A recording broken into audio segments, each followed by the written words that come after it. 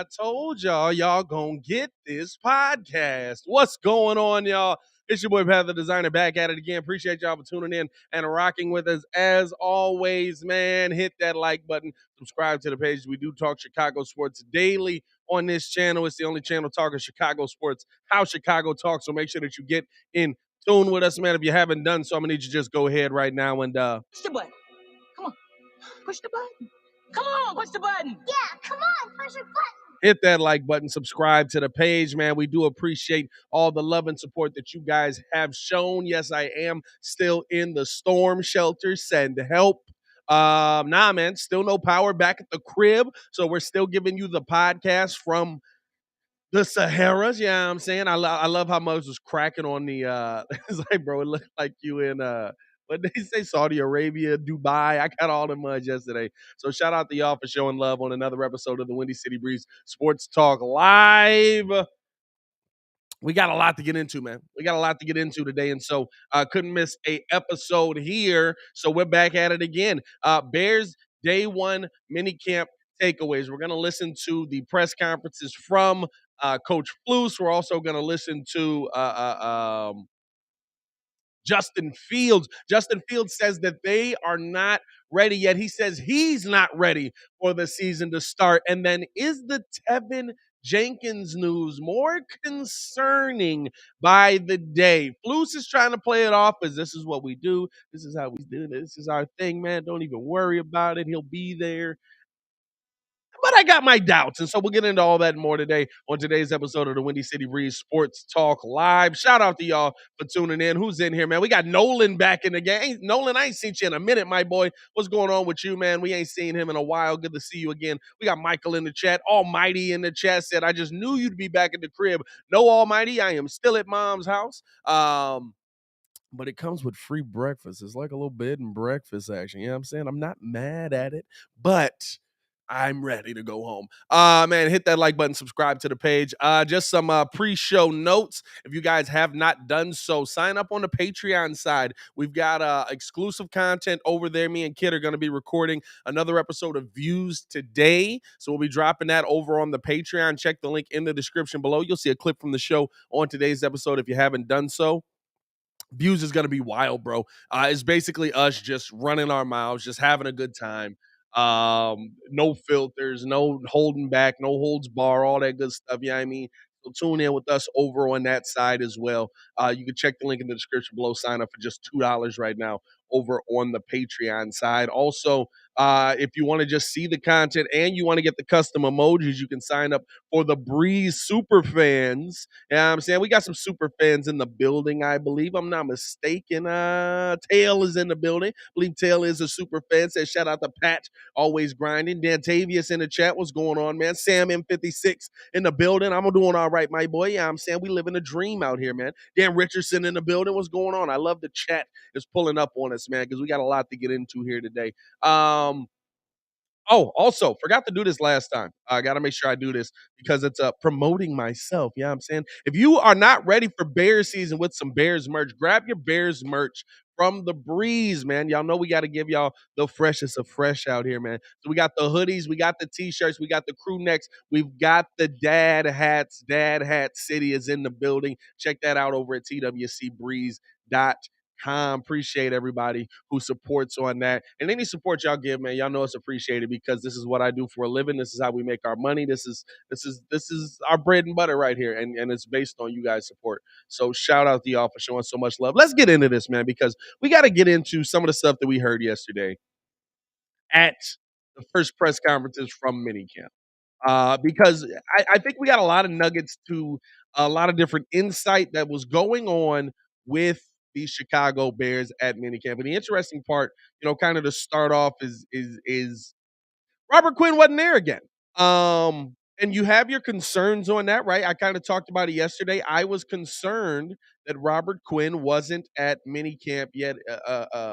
And going into this, I was concerned that he wasn't going to be at minicamp. And the reason for that concern was there's new coaches, new systems. Now, he's played in this system before. It's not like he doesn't understand how the system works, right? But there's new coaches, new guys in the building, new guys that you're going to be playing next to. and you're not there. That's a little bit of concern for me, especially seeing as how you pulled up to Nagy's last veteran or mandatory minicamp, right? Like, I don't know if that was the last hurrah. Maybe that was the last straw, right? Maybe that was the end all be all. Shay, what's going on with you, my boy? Maybe that was the end all be all. That was the last hurrah. I'm done with the Bears on this one. I'm going out with 18 and a half sacks. Trade me.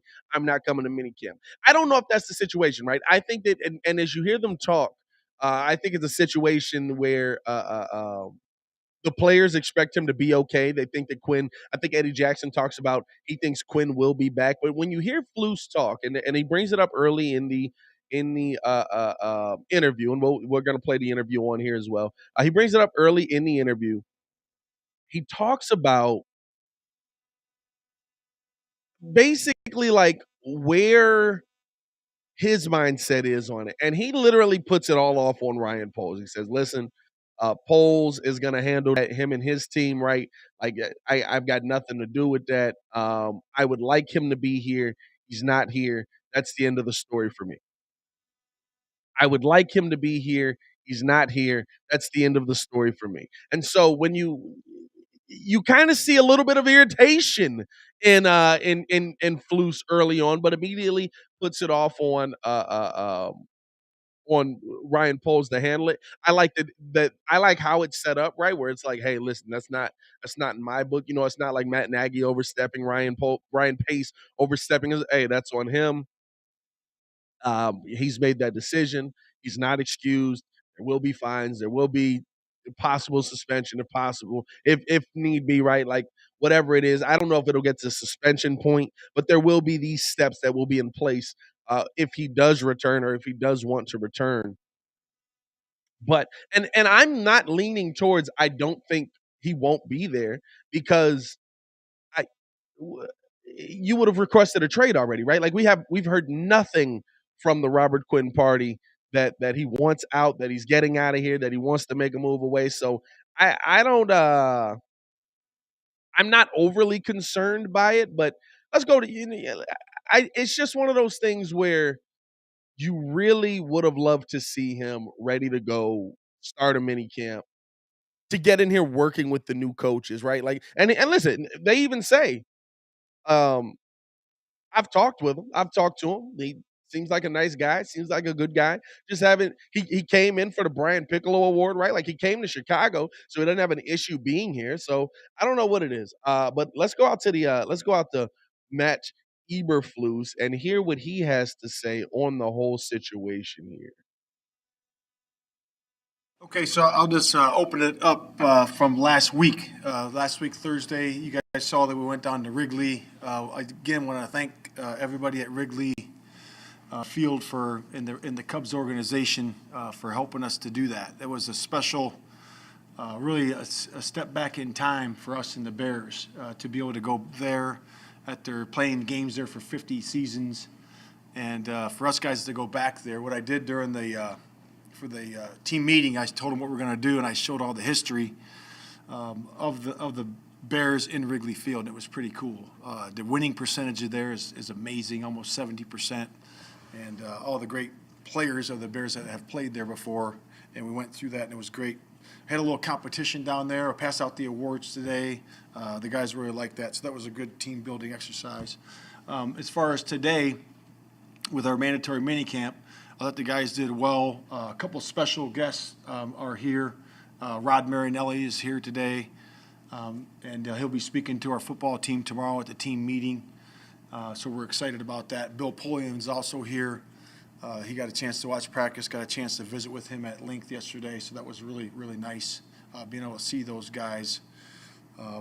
The officials that were here today for practice. So we had the NFL officials, so that was cool. So what we did on a couple periods, we just said we put the ball down and say, hey, let's play. And that was really good because you don't get to look ahead on the script. The coaches can't tell them where to go. And it's, to me, that's really real football. And our team needs to do that a lot because we're learning new systems on offense and defense. And I thought that was a good operation, and we're going to continue to do that because I think that's really good for us. And then lastly, as you know, Robert Quinn was not here present today at mandatory minicamp. We're not talking about that as an organization. Obviously, we hoped he would be here. He's not.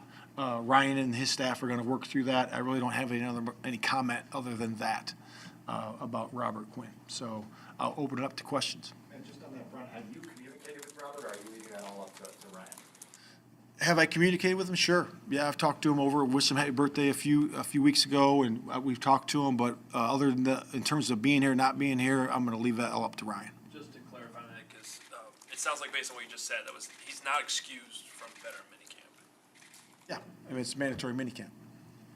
Coach, the first time we found out that, Tevin Jenkins wasn't running with the ones, you kind of just think maybe you guys were just trying some different things out, moving guys around. This week you see it again, it becomes just a little bit more real. Is it a situation where he's just maybe not the best option at that spot right now? Well, I would say that, remember we said we were going to do 6 practices in the beginning. We're going to finish off this way. So we're going to finish off the rest of minicamp with this alignment. And then we'll decide at the end, hey, we like this alignment, that alignment, or like I said, don't like either one. Let's go with a new one. And so we're just assessing guys' talents, assessing their skill level, and going forward from there. Can you afford to be that fluid once you start training camp, or do you want people in their spot by then? Well, that's a good point. And to that point, you want to start honing it down. And guys, getting the same looks all the time. Hey, I'm playing right guard. I'm playing right tackle, and getting the same looks, the same, mechanics, so to speak, the technical mechanics that play the position. And we want to hone that down. The sooner the better. And we just don't have the answers right now. So a player like Braxton Jones, whatever, is at that position at the start of training camp. Is it that much harder for him to lose that job once he's there, when pads are on and stuff like that? I mean, I wouldn't say that. I would say we're evaluating each day, and we're going to find the best 5 for us going into the first game. And that's a build-up process, and we're just trying to find the combinations right now. And then, like I said, we'd like to find them sooner than later. And when we do that, we'll start repping it that way and do what's best for the Bears. Beth, did you have eyes on what happened to Dakota there toward the end of practice? I didn't. I saw the scoop, and I saw him starting to go with the ball, and I didn't see it. My eyes were forward. I didn't see it. And again, we won't comment on it this time of year, but I did not see it. From what you've seen development-wise from Justin through this point and now heading into this minicamp, what do you want to kind of jump out before you head into that break before training camp, just over these next couple days? Yeah, I would just say kind of what I stated last time, just the building on the footwork and the timing, knowing the offense and getting it down pat, and he's getting better and better every single day with that, and then knowing what he needs to work on during the summer. That's really the same thing. His footwork, his timing, knowing the offense, and then working with his teammates, in the break too, doing some of that. Is that something you encourage, like him to have throwing sessions with his guys? I know that you can't have contact during that period, but is that something that you've talked to him about? Yeah, I think those guys do that on their own, and it's an important factor for timing. To be able to work with each other, and really, they did some of that on their own in the off season. I think it was down in Georgia. I think Justin did some with Mooney and a couple other guys, but that's all on their own. But that's important to do for sure. We'd asked you about Dak last week in regards to Justin, but I was curious, what did you learn about the Colts quarterback situation that you can apply to Justin? Because 4 different starters in 4 years when you were there, right? Yep. What I learned in that situation, that Andrew Luck's really good. No, he's a good player. It really actually brought our team together more, because the adversity of having a different quarterback every single year like that, our team just got closer and closer and closer, and really that's a tribute to the leadership there. I'm talking about 2 great men in Chris Ballard and Frank Reich.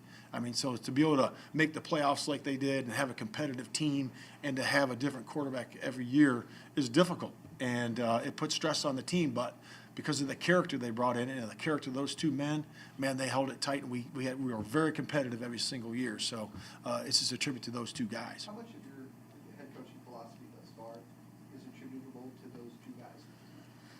I would say something. It's my last 4 years, and then obviously you keep learning and growing. I learned a ton from both those guys. Just the how to look at talent from Chris Ballard, and really from Frank, how to be yourself in the job. And that to me is everything. And he taught me how to do that, and taught me how to relate, really good with the players on both sides of the ball. And he's just fantastic. What kind of impact did Rod Marinelli have on you, and what's it like having him here talking to the players? Yeah, it's great having him here. It's like, how you get with a great friend and it's been a few years since you've seen him. And man, in 2 minutes, it's like you've been together the whole time. So, I spent 5 years with him in Dallas and I cannot say enough good things about Rod Marinelli. What he taught me with the player-coach relationship, to be able to show the player that you care through action and prepare the player to play his best on Sunday. And then you're able to challenge them and push them past the point they can't take themselves. And that's what I learned from Rob. And the players, everybody who talks about him just loves him to death. And man, I know when he was here, he pushed the guys past the point they couldn't take themselves. And that's what I learned from him. And it's just a diamond in the rough, Rod Marinelli. When he speaks to the team, what can he lend to the players when he gets a chance to get in front of that room? Yeah, I'm excited about it. I don't know. He said I'm ready to go, and I've been with him 5 years. I know what he's going to say. I kind of know the topics, but we'll see how it goes. It's going to go great because I've been with him so many years. He's just a dynamic speaker.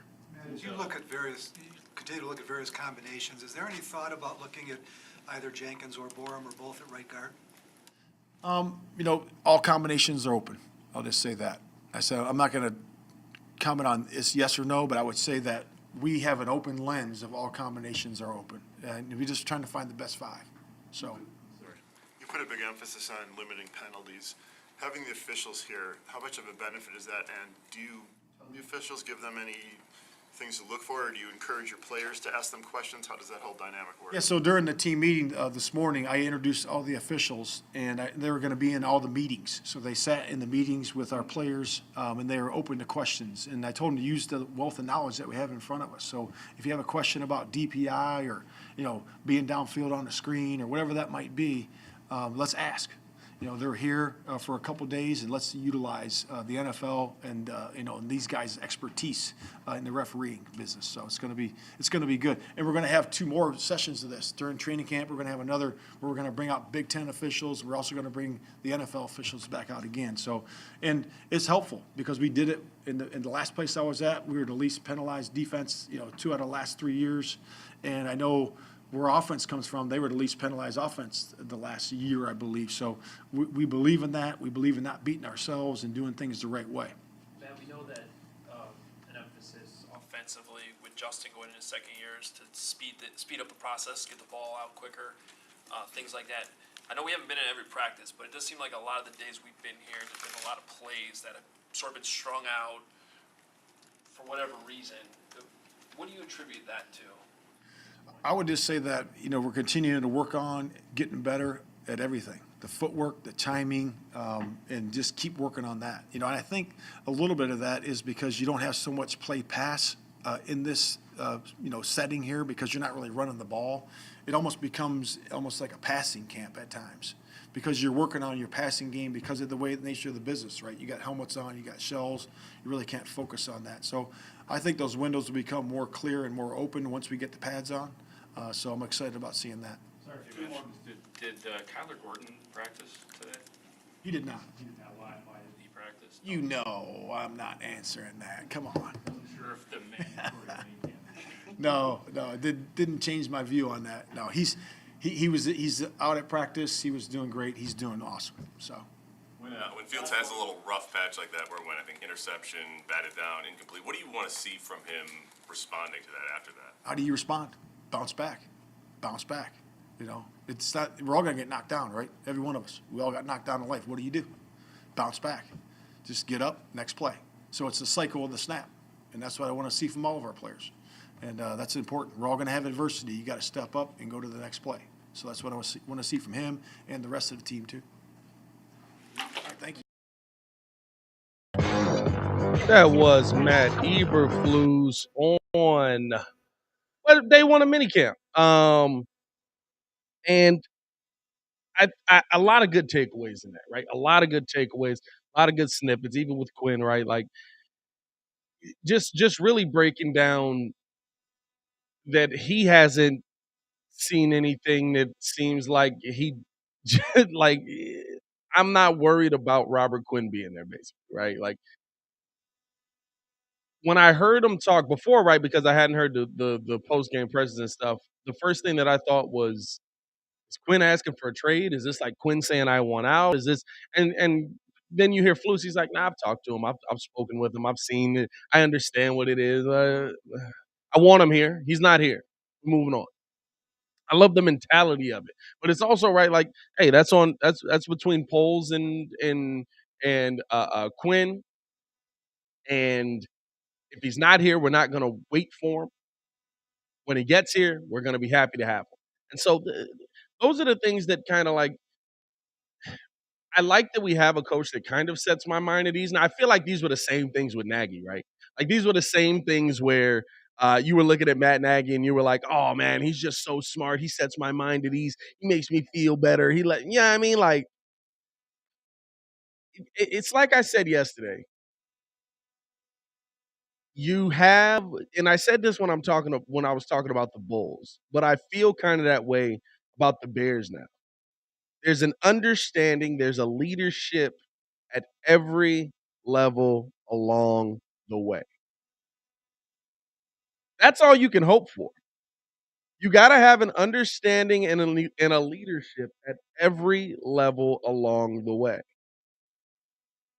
And I feel like the Bears do have that right now. And you see that the Bears are trying to like open up an entirely new I believe they opened up a sports science division of the Chicago Bears, trying to get better at how they're playing the game of football, trying to get smarter at how they're playing the game of football. You know what I'm saying? Like that's the thing for me that shows that our organization is finally moving in the right direction. And so, like Robert Quinn not being there, I feel like it's going to be handled fine.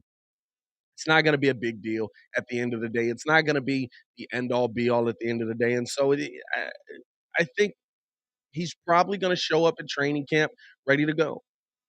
You know what I'm saying? I don't have a fear, and if he doesn't, right? Like, is that the worst situation in the world? I think it throws off the football side of things. I think it throws off your expectations for the season if Robert Quinn's not there because 18 and a half sacks. If he has a bad season or a down season, right? What is that? 11, 10, 9. That's still a lot of sacks. That's still a lot of sacks. So you'd love to have him on the other side of that defensive line, especially with how thin that it can be. But I'm not too concerned that Quinn's not going to be there. We haven't heard anything about him requesting a trade.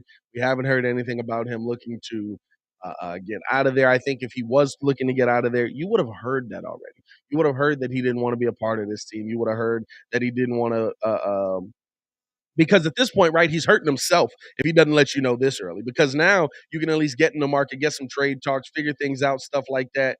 Yeah, I'm saying like that. That's what it is. So I'm I'm not too worried about him not being here in the slightest. Let's keep it moving on, man. Because the other thing that I thought was interesting from the day, and by the way, if you guys are just joining us, just breaking down takeaways from Bears minicamp, man. If you could do me a favor, go ahead and just Push the button. Come on. Push the button. Come on, push the button. Yeah, come on, push the button. hit that like button, subscribe to the page. So we do talk Chicago sports daily on this channel. It's the only channel talking Chicago sports, how Chicago talks. I know I look like I'm out in the desert, but actually I'm just at mom's house because the whole tornado fiasco the other day ends up taking your boy's power out. Still no power at the crib, by the way. We were like, man, like maybe they'll have it up middle of the night. You know what I'm saying? We'll go back today. I'll set things up for the show over there on that side. Yeah, I mean, that's what I was expecting. Not at all. Nope, still no power at the crib. Let's keep it pushing though. Let's keep it going, man. Here's something that I found interesting yesterday. Justin Fields had a real moment of honesty during his press conference. And of course, y'all know we're gonna listen to Justin Fields' press conference. But he had a real moment of honesty where the reporter asked him, "Are you ready for the season to start? Are you chomping at the bit to get out there on the field? Are you ready to attack these other teams and try and see all of this stuff that you've put into fruition start to bear fruit? Are you ready to try and to get yourself out on the field? Are you eager?" Justin Fields just had a moment of honesty. He flat out said no. He flat out said no. He said, "Listen, I wanna be prepared. I wanna understand what's happening. I wanna understand what's going into this. I'm not ready yet." And I'm not mad at that. I saw a lot of people concerned on social media yesterday. I saw a lot of people concerned, "Oh, Justin's not ready. How's he not ready?" This is a you and I'm here to calm y'all down, right? I'm here to calm the people down because is it a bad thing if Justin Fields is not ready yet? No. Justin Fields is a second year quarterback in year 2 with a brand new coach, brand new system, brand new everything. It's not bad that Justin Fields is not ready yet. Of course he's not ready yet. Why would we expect him to be ready? Why would we expect him to be good to go? I'm not surprised by it in the slightest. I wasn't even like it didn't even cross my mind that I should be concerned by it. And I saw people on social media, "Oh, Justin Fields, how's he gonna get ready? He's got to go through this. He's got to take his time. He's got to go through the process." He's a year 2 quarterback in a brand new system. Oh, by the way, the first system that he was in almost got him killed pretty much repeated. Almost got him killed pretty much repeated.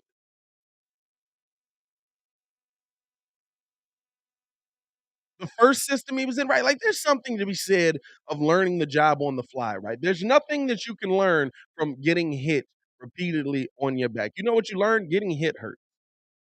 You learn how to get hit in the NFL. Okay, all right. Hey, Justin knows it. We can stop hitting him. We can stop setting him up for failure.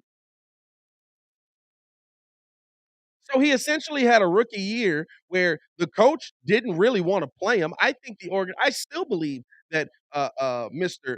Matt and Ryan or football guys, George McCaskey out here absolutely put the call in and said, "Hey, you should probably play my first year quarterback because that's the only way that you can save your job." I absolutely think that that was a organization call. And so you put your first year quarterback out there in a situation where he has no opportunity for success. He still shows you flashes of success. Still shows you flashes of success.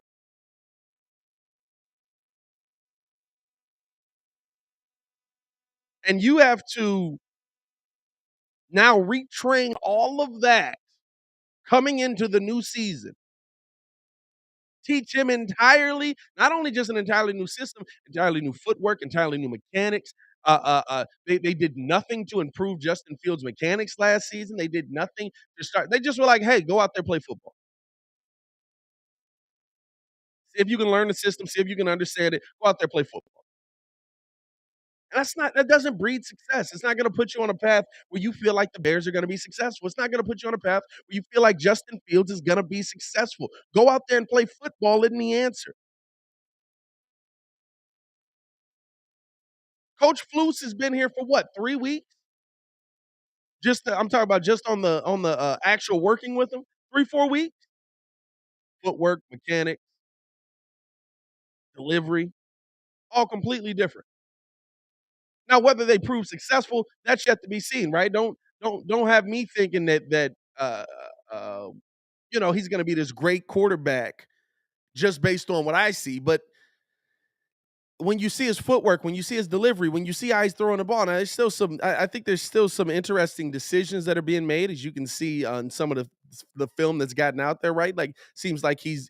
I think he got picked off yesterday in practice by Jalen Johnson. Right, but and even that, right, like what's the scary part on that? Like, do you feel like, oh, Justin Fields made a bad decision, or is it a good decision and Jalen Johnson is just that good? That's always the question with me on that. But Justin's getting 100% of the time to improve 100% of Justin Fields. That's what you wanna see. That's the most important thing. Justin's getting 100% of the time to improve 100% of Justin Fields. It's not Justin Fields trying to placate to Matt Nagy's stupid scheme where he wants Andy Dalton to be the one, but also Justin Fields. You'll get some reps with the one, and then also Nick Foles maybe come in and get a couple of one reps, just a couple, not too many. What is that?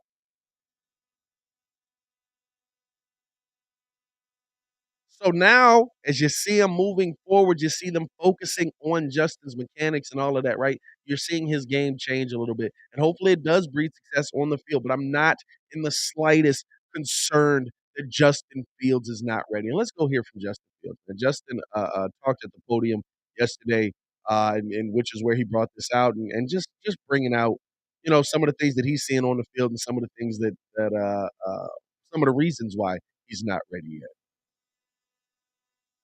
Kind of moving a lot of people around on the offensive line, trying to see who fits where, who can play different spots. But for you, how soon would you like to see that kind of group get settled and go with the fact that it's going to be? I'm not in a rush. I think we have a lot of time, and at the end of the day, it's whoever does the job the best. It's going to be the best fit for us. So I'm not really in a rush to see who's playing what position on the O line. So I think right now it's all about us developing, us learning the system, and us getting better each and every day. Darnell was saying that he was having a competition with you to see if he could stay later in the gym than you. We've seen all the videos. Can you give us an idea of what time you get into Hallis and what time you leave Hallis every day? It differs every day. Like today, I think everybody had to be in the building at like 7, so I got here like 6:45 or something like that. But just depending on what we have the next day, sometimes we'll come back later in the day, like later at night, like 9:30, 10, just to walk through the plays that we have the next day. So, just doing whatever we need to be prepared for the next day, and just working on it and just trying to learn this whole offense. So. Did you feel like that was a little competition between you and Darnell, though? There was one day I think we were just playing around, like we were literally just sitting in the weight room, just laying down, like just having that competition on who's gonna stay the longest. But he's a hard worker, of course, and it's my guy for sure. So we walked out at the same time. We just got tired of sitting there, so we just walked out. But yeah. What time was it? It was midday, so it was just like it was an off day, so we just came in. But yeah. Justin, how would you evaluate your first day of minicamp, your first practice today? Yeah, I think it went all right. Of course, right now they're throwing a lot at us. They're pretty much throwing the whole playbook at us, which is good right now. But of course, there's going to be mistakes. But we'd rather have the mistakes come right now than later in the fall camp. So they were just talking about how pretty much right now they're just putting a lot on us, which is good. So we're learning everything and learning from our mistakes and stuff like that. But it's definitely, I think it went well. Of course it could have went better, but that's what tomorrow's for. So when you do throw an interception, did you shake it off right away? Or are you told, hey, this is Pratt, we're throwing a lot at you, just move on to the next play? I don't think when you ever throw an interception, you want to dwell on the interception. But that's just, I've been doing that since 6, 7 years old. So I just got to move on. With Darnell, how has that relationship kind of grown between you two? And what's it like to have a guy, obviously a friend, but somebody who's kind of pushing you and driving you as a quarterback and a player? Yeah, he honestly, makes me want to do more. Just seeing, how much he works, how hard he works. It just, it's kind of contagious. So, really just, getting more guys around us, letting them see how hard we work. I think, just them seeing that will just make them want to work. So, it's definitely been good. Justin, this will be the last time we talk to you before training camp. What do you expect to do during the bridge time between the end of minicamp this week and the start of training camp? What are your priorities homework-wise in trying to get everything to carry over? Just continue learning the playbook, continue, building that connection with my receivers and tight ends, running backs, everybody, and just getting ready for training camp. So, how do you personally balance just kind of the patience of understanding a lot is getting thrown at you, a lot is new, it's going to take time versus we get into mid-August and all of a sudden week 1 is kind of climbing in on you? So how do I balance that? Yeah. Just do the best I can every day, I guess. I don't really understand the question, to be honest with you. You have to have a certain level of patience of understanding that everything is not going to click right away, but at some point, I'm sure you're going to want it to be clicking, right? And so you kind of play that game. I think, for me, it's just not making the same mistake twice. So if you make that one mistake on a play, just don't do it again. And, if you, ultimately keep getting better, keep growing, we'll it'll be less mistakes each and every day, and of course you'll be right where you want to be. So yeah. Last time we talked to you, you were talking about like changing your footwork with your drop and all that. Where do you feel like you've made the greatest stride, like in some of the mechanic things you were working on this off season? Yeah, just getting comfortable with it, like you said. So of course, the more I do it, the more comfortable I get with it. But yeah, so definitely feel way more comfortable than, of course, when we first started. When we talk to coaches, they tell us about, you learning the plays and the footwork and the timing and all of that. Are you eager to go play a game? And, I know the season's still a couple of months away, but it seems like these kind of little steps that we keep hearing about, it might be hard to stay patient when are you ready for the season to start, I guess? No. Not ready for the season to start. I'm the type of guy to, like to know that I'm prepared. So right now, I'm just being honest. We're not ready to play a game right now. So, but when that time comes, we will be ready. So right now, no, I'm not ready to play a game. Are you at least seeing the potential of what this offense can be? Are you already seeing that? Oh yeah. And in what ways? Of course, just with the concepts we have, with the players we have. I mean, I think everybody's catching on pretty quick, and like I said, they're throwing a lot at us right now. So as long as we can, manage to, do everything right or do most of everything right and not make the same mistake again, I think we'll be just fine when that time comes around. You've had a handful of months now with Luke getting you to this point. What's that relationship like between you two, and kind of what have you kind of gained from him in learning or working with him so far? I mean, yeah, he's a smart coach, of course, and he's cool as other side of the pillow. I mean, he's a cool guy off the field. You can talk to him whenever, and I mean, he's just awesome. He's always willing to make videos for us and make everything for everybody on the offense way easier. Whether it's making I guess install videos for us to go look at home. So he's always doing going the extra mile to make sure everybody else is good for the next day. But I love him, and he's definitely a great guy for sure. Two more. Watch out for Bayless Jones Jr. Said he's a playmaker and a speedster out there. Have you seen that, or what's your evaluation of Bayless Jones Jr.? I mean, yeah, he's fast. He can make plays. Yards after the catch for sure. He's a good player. We saw the video of you taking BP at Wrigley Field. What was that experience like? Oh yeah, it was awesome. I honestly didn't think I could hit a home run, but got a couple out, so I was surprised by that. But actually, once I saw like a few guys go before me and they got close, I was like, all right, this is possible. But yeah, it was awesome. I think everybody had a good time, and it was definitely a great team bonding event. So it was great.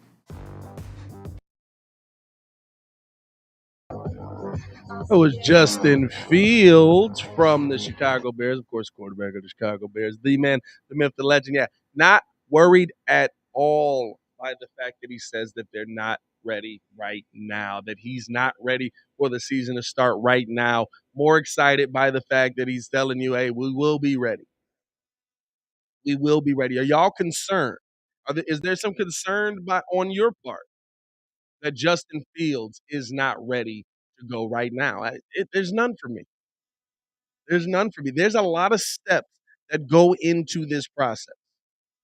There's a lot of steps that go into making this team a next level team. We're at step one. We're not even at step one to be at. Well, we kind of at step one. I can't say that. We're kind of at step one. By the way, if you're in here right now, we got 86 in this mug, man, and you haven't done so, man, go ahead and Push the button. Come on. Push the button. Come on, push the button. Yeah, come on, push the button. hit that like button, subscribe to the page, man. We do talk Chicago sports daily on this channel. It's the only channel talking Chicago sports. How Chicago talks. This is step one of the process. Barely, right? There's a lot more steps that have to go into this thing to make this football team what we want it to be, a Super Bowl championship team. This is barely step one. Justin Fields has a long way to go in development. I'm not telling you he's going to come out here and be the quarterback that we hope he is in year 2. But I'll bet you we see improvement. The only concern that I really have about this team right now is the concerns of the offensive line. Of course, Dakota Dozier ends up going down yesterday at practice, ends up getting carted off. That is a tough one to hear. And then on top of that, tons of questions around Tevin Jenkins. Y'all remember Tevin Jenkins, right? Highly touted draft pick by Ryan Pace. Thought that he was going to be, ready to go. Back injury. Now we're coming into year 2. Got a little run last season. Now we're coming into year 2. And Tevin Jenkins can't cut it to play for the ones. Yeah, I try to fix that side. This side pop up. I'm trying to make this. It's my mom's crib, but I'm trying to make it a love presentable. You know what I mean? The couch a little bit. It's a couch, but it's still it is.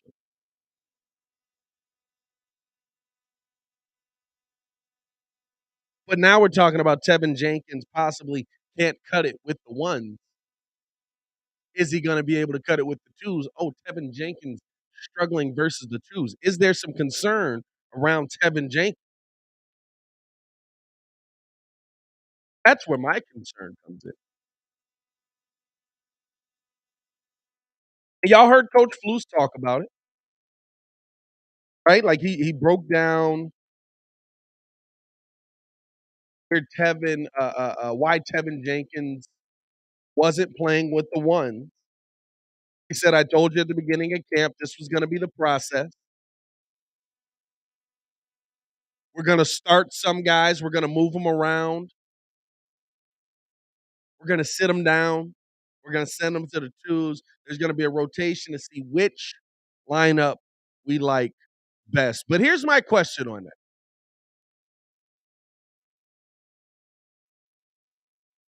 If we're rotating guys around, which is fine, I like the competition that it creates. I'm fine with moving guys in different positions. I'm fine with figuring out where guys are at. Yeah, I'm saying.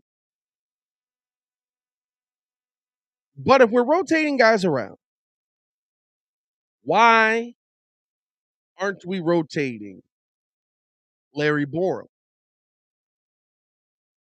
Larry Borom went from right tackle to left tackle to right tackle. He didn't go from right tackle to left tackle to the two. Why are we rotating our second round pick from a year ago? That's my question.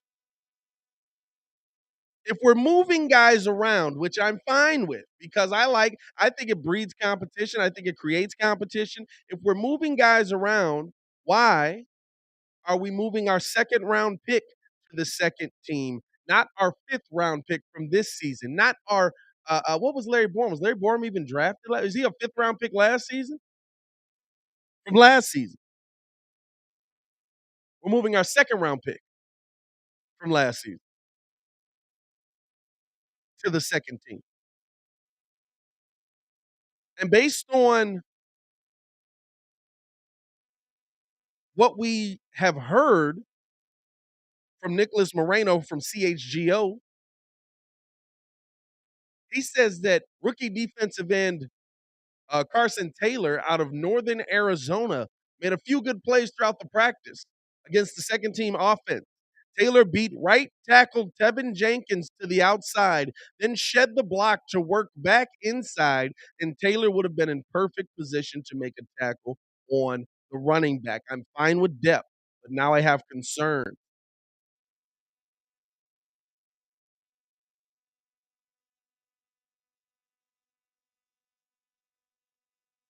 Because if Tevin Jenkins is struggling against the twos, and not to say there's guys on the twos that aren't giving you good depth, can't be giving you good defensive line play, right? It's stupid to think that just because some guys are playing with the twos that they don't have one's talent, right? Like, yeah, they're with the twos at this moment, and then they're able to make a move, and all of a sudden now they're with the ones because they're trying to show you something. Maybe they're playing way harder. But I'm gonna be real with you, Tevin hasn't afforded the luxury to not be playing hard.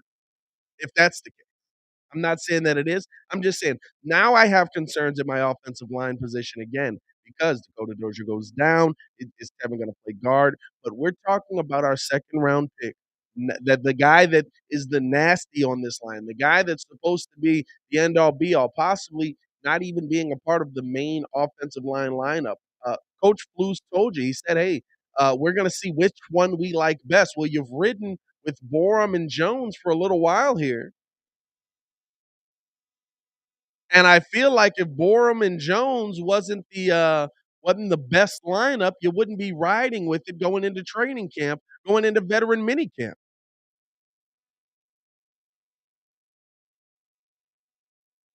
So what's really going on behind closed curtains? Because I haven't seen.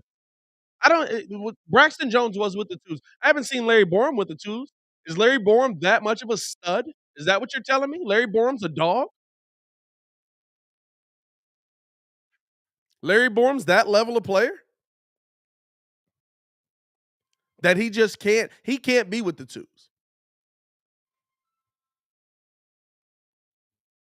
That's where my concern comes in early on. If Tevin Jenkins is struggling out the gate, that means that we have a problem, and that means that this evaluation year is literally going to be an evaluation year.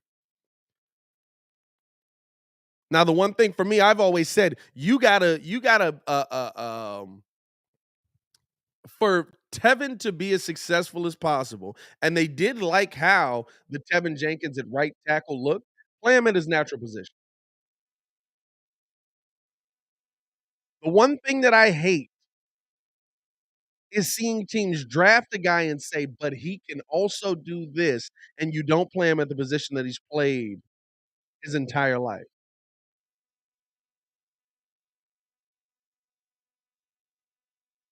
That he's been the most successful, the position that got him to the NFL. I want to see if Tevin Jenkins can do that.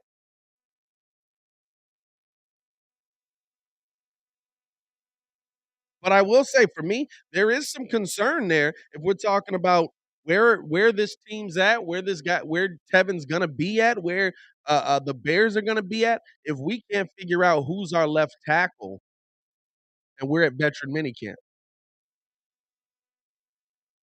and if we have to rely on now, listen, it could be a case of maybe it's a and I agree, Ken, it is early. I understand. Maybe I'll say this. Maybe it's a case of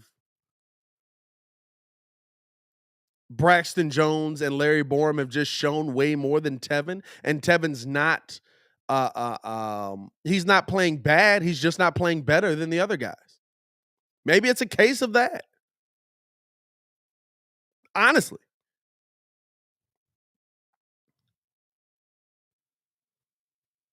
But I have it's like when we talk about Mitch out in Pittsburgh now, right? Me and Kid have kind of said the same thing. If Pittsburgh, if Kenny Pickett can come in there and win that job, that says a lot about your quarterback. If a rookie can come in and take your job, it says a lot about your guy that's in place. Because you're supposed to be the one that already has an understanding of the league. Now, Tevin's in a very different situation with that, right? Like, he's in the same kind of situation as Justin, basically. Like, he basically is still on a rookie, you dig, because it's an entirely new thing. And maybe there's another spot on the line for him. Maybe he can play right guard. Maybe and maybe that's where the fix is going to come in. Or hey, look, here's me playing devil's advocate all the way now. Maybe Tevin Jenkins was the one who was hitting, and that's why they put him on the second team so that there's no video of him hitting people. There's my devil's advocate point for you. There's my devil's advocate point for you. Maybe he was hitting people too much, and they were like, we got to get this guy off film so we don't lose another practice.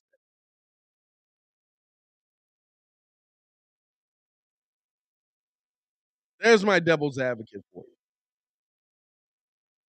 I don't know, man. I look at the offensive side of the ball, and I feel like they're making strides in the right direction, steps in the right direction, especially to me at the quarterback and receiver position. that line's got to be intact. These guys got to be able to block that shit. That just is what it is.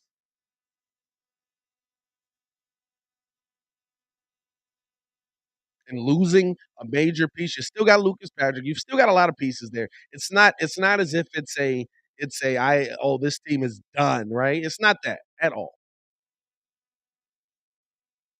But I do have concerns when my number one, who was supposed to be the franchise piece of this team, based on what Ryan Pace said, although maybe the biggest mistake on my part is believing anything that Ryan Pace said, is struggling a little bit. Now, we did get some good news out of the offense. Apparently, Bayless Jones is a straight dog.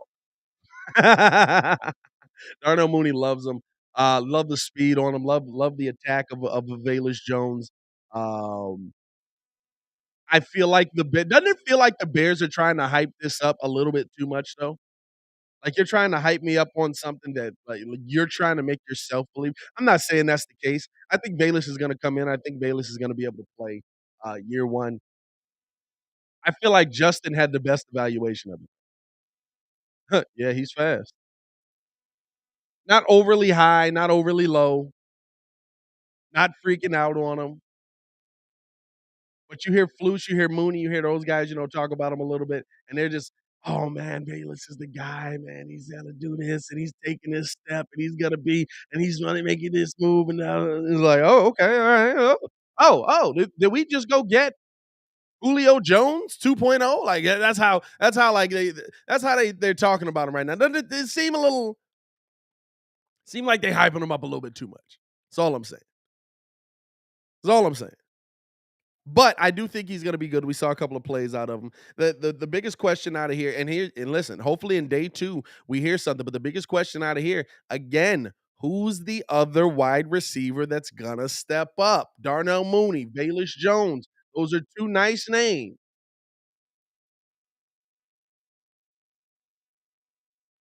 But we signed more than just Darnell Mooney and Bayless Jones. Has anybody heard anything about a Byron Pringle?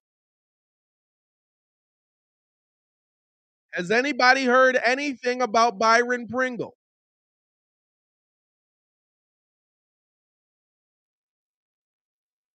Haven't heard from Byron Pringle. Haven't talked with Byron Pringle.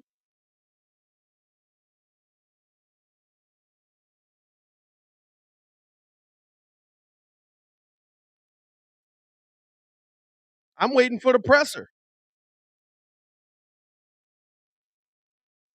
Who's going to be that next guy that steps up for the Bears?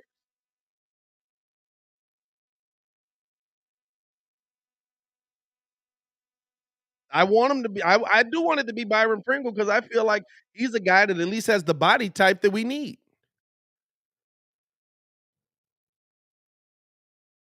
He's the guy that fits a lot of the Bears' needs moving forward, and still young.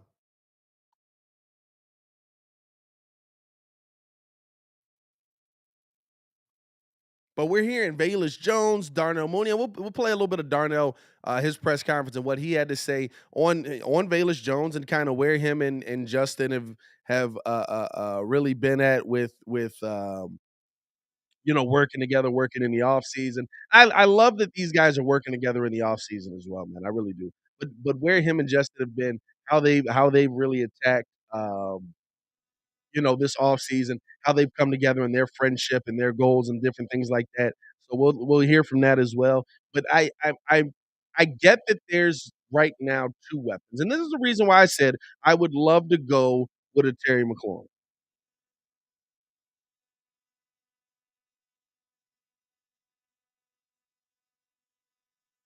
Because I want to know that there's somebody on the other side that causes immediate fear and can attack. That causes immediate fear in these defenses.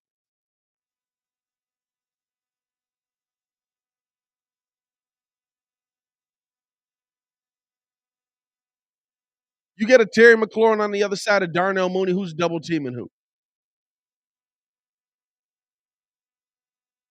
Because they're both great route runners. They both got great hands. They both got great footwork. They're both going to kill you. and they both can hit you underneath and over the top.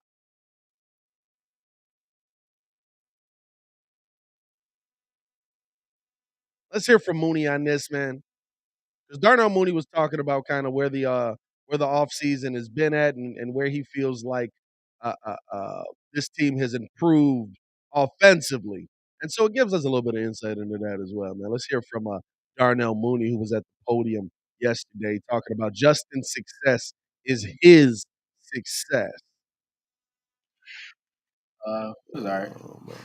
I think Cole was better because he was on my team. So we won. Well, we won with Cole. So I was happy when we were picking teams. They were showing the teams, and I was like, as long as I get Cole, I don't. It doesn't matter who team I'm on. So. Take the college baseball player. Yeah, exactly.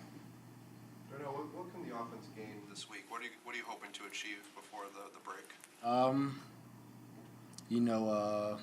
Today we went through like a play it situation, like no script, just going through something like a game situation wise. So having the ability to do that and have some knowledge, some organization with that, I think that'll help a lot instead of just having installs and plays and scripts. So you can go over through the night before, actually getting into the play without knowing what it is, and that'll help us, mentally wise, not trying to memorize the play, or you thinking like, okay, I got this play tomorrow, I got these couple plays, these routes, and just getting in the huddle and actually listening in the play and going out there and running and executing. Darnell, you've recently said that you have a lot left in the tank that's been hidden. What's allowing you to bring that out this season? I would say the scheme we got here.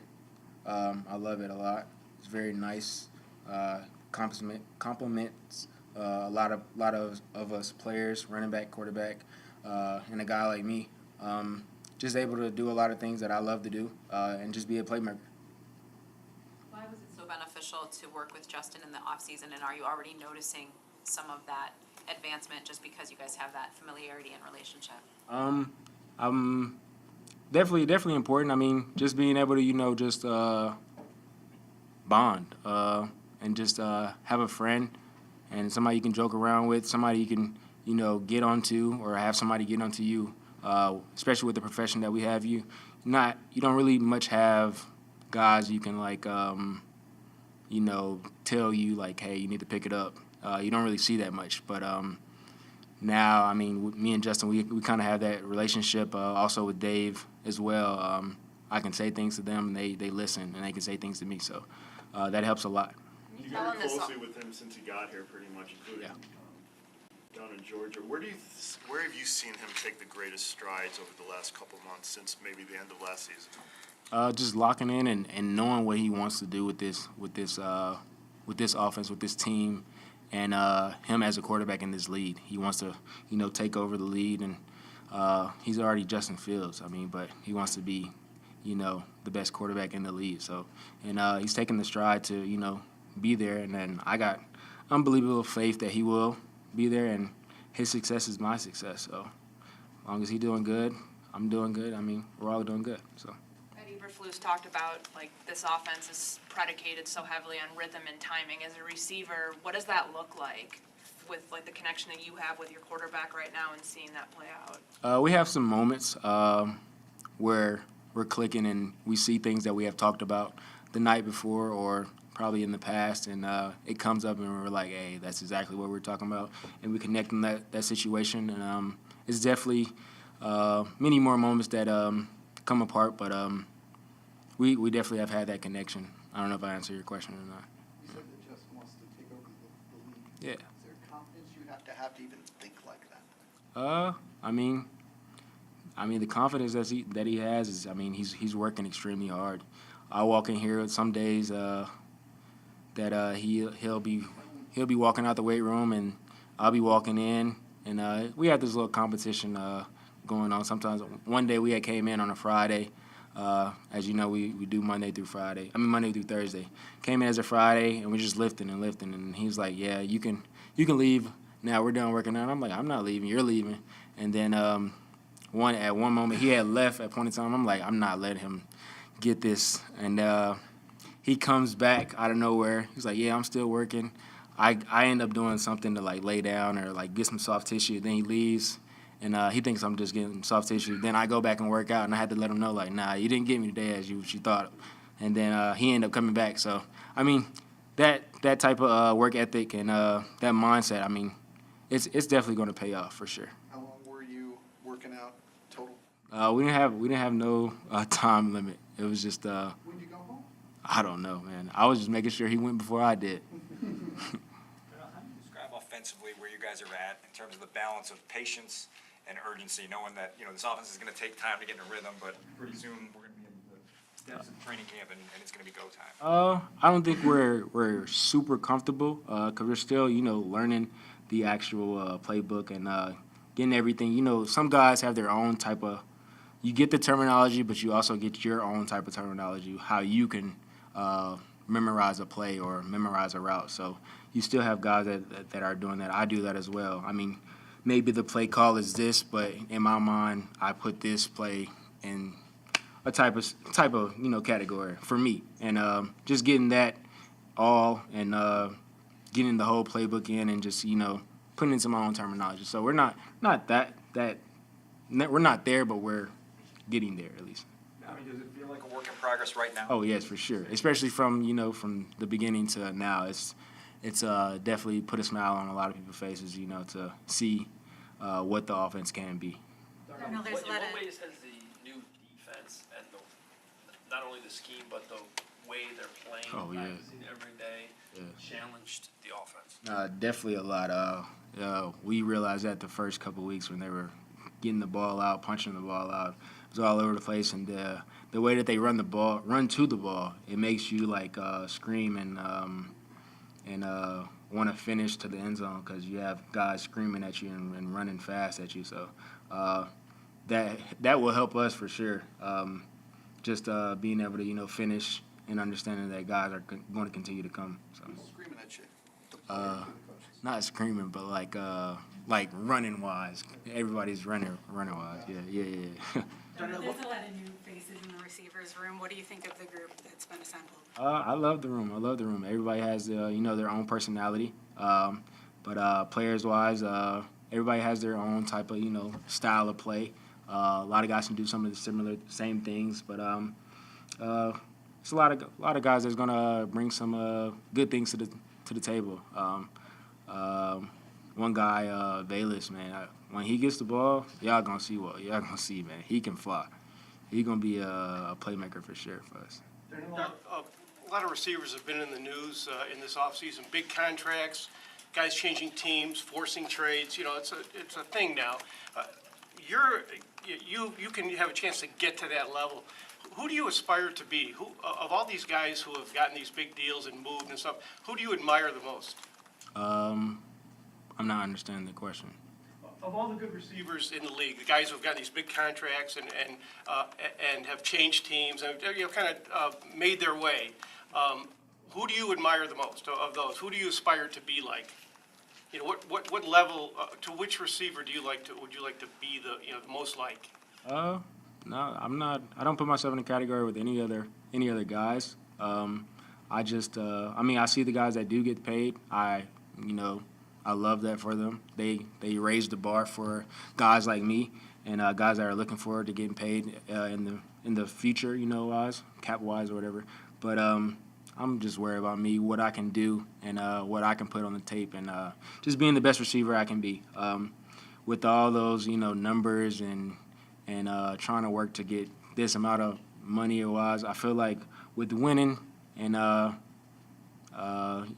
doing your thing right, doing the right things, I think everything takes care of itself. So I don't really worry about those. How often do you plan to work with Justin this summer? Do you have like a schedule set up already? I'm taking 1 week till I can do my own thing, like receiver wise, and after that we'll get together to see where we want to be at, and then we'll go from there. How frequent has it been this off season? Because I know you were in Atlanta with him. Is it like a once a week thing, or is it? Well, we've been since April. We've been here, so we haven't really had to go anywhere. We've just been here the whole time. So. You said you've been able to speak frankly with Justin and with Dave and that they speak frankly with you. Have there been moments, even this offseason, when you've had to turn to Justin in practice and go, give him a come on now, or lift his spirits, or be critical? Or? No, I mean he's pretty hard on himself. I mean, sometimes you know that you don't the type of person or your friend or your bud or whatever that you don't really have to say anything to him. He knows. Maybe just the eye contact. Well, to be like, hey, all right, now let's get it together, or just focus in. But it's really more so when we're watching film, or if we're going things off the field or whatever. Then we'll say some things. But pretty much on the field wise, you gotta you don't really have to say anything. It's you know. So. Has there been a moment between you two, like in any of the off-season workouts, where it felt like it was clicking? Yeah, I mean, recently, we were in the Walter Payton Center, just throwing the ball around, and it just felt like every ball that we were throwing and catching, it was just like connecting. It just wasn't too much to it. It was just we were out there doing our thing, and it felt good. It felt natural. It wasn't too much talking, playing music, and just working out. So it was natural. I mean, I loved it. I don't know. I didn't ask him about it, but I mean, looking back after that day, it was very nice. It was a nice day. When was that? I would say it was about 2 weeks ago, actually. Before it was like a Friday or Saturday. We just came in and threw. We had our days off or whatever. But it was about 2 weeks ago. Darnell Mooney from the Chicago Bears. I love the no days off. We're actually just working, just to work mentality. I love that him and Justin have built up this rapport, and they're literally just like, "Hey, man, what you doing today? Nothing. I'll be at the facility. What you doing today? Well, I guess I'll be at the facility. You know what I'm saying? Like, that's really the attitude you want to have. But even just like them building up this dynamic. I told y'all my bold prediction for this season: Darnell Mooney. I expect him to have a huge season. What I say, 1,200 yards, a 1,200-yard season. I expect Darnell Mooney to prove that he's a number one this season. Like he said, his success is my success. His success is my success. And so I feel like these guys are moving in the right direction. They're understanding that it's going to take this ridiculous amount of work to get it. Not to say that they weren't doing that before, but they also understand that everything offensively falls on their shoulders. They also understand that everything that happens on the field now offensively falls on their shoulders, also on David Montgomery, on the run game, but it's all on them. There's nobody else, right? Like, there's no one else to blame. There's nobody else to look at. There's nobody else to say, oh, man, I don't know, man. Like, if Andy Dalton hadn't gotten in, Andy Dalton ain't in there no more. Andy Dalton ain't walking through that door. You know what I'm saying? So that for me is a good takeaway there. Him talking about Bayless saying that when Bayless touches the ball, he can fly. I think we knew that, right? Like he's a speedster. The biggest thing about Bayless, right, and I think it's something that, and I've said this right on a couple of different things. Teams want the youth. But if you start to see in the NBA and NFL, if you start to see these players come in after 4 or 5 years, and well, maybe not 5, but after 4 full years of college, Bayless a different situation. And especially with as many guys took off due to COVID, there's going to be more guys that stay longer in college because they took off the year due to COVID so that they could come back and play an extra year. But that time to just develop their game, you're going to see more guys that are or more teams look at guys and say, well, he's able to come in and play right now, this second. I'd rather take that. Well, you're not getting the youth. He's going to have to develop. That's okay. I'll take it because I know that he's coming in and he understands how his body works. He understands. So I'm excited about Availus Jones on this team. I do think the Bears are hyping it up a little bit. I'm not gonna lie to you. I do think the Bears are hyping it up a little bit. I think they're trying to make sure that Baylor, like wasn't it like the first week or something like that? His locker was right next to Justin. Like they're like, oh, put him next to Justin. He's gonna be Justin's guy. He's gonna be his number one. Yeah, I mean, like, okay, all right, we overselling it a little bit, but I really like where how Darnell Mooney is first off how he's bulked up. Did y'all see Darnell in there? Darnell looks like he's been in the gym doing nothing but working. He looks like he's been in the gym every single night. And that's how they talk about it. That's what I love about it, bro. Like that's why I look at it and I'm like, man, bro, like the work ethic Justin and Darnell have, they understand right now, even at their young age, that they're the leaders on this team now. And this team is mad young, so they're gonna follow suit with what everybody else does. Let's hope this isn't a Phoenix Suns situation of winners work. You know what I'm saying? Like, let's hope this isn't that. Let's hope this is hey, we're putting in work, but the work's actually working. By the way, if you're in here right now, man, we got over 100 in the chat. Over 100 in the chat. Hit that like button, man. Subscribe to the page. We do talk Chicago sports daily on this channel, man. Gonna get into the defense on the other side of this thing as well. Of course, we talked about Robert Quinn, but Eddie Jackson also broached the situation yesterday, so we'll get into a little bit of that as well. Shout out to Steve-O, man. If you in the live call, man, I can't wait for the Bulls to get back, bro. I cannot wait for the Bulls to get back. I miss live calling games.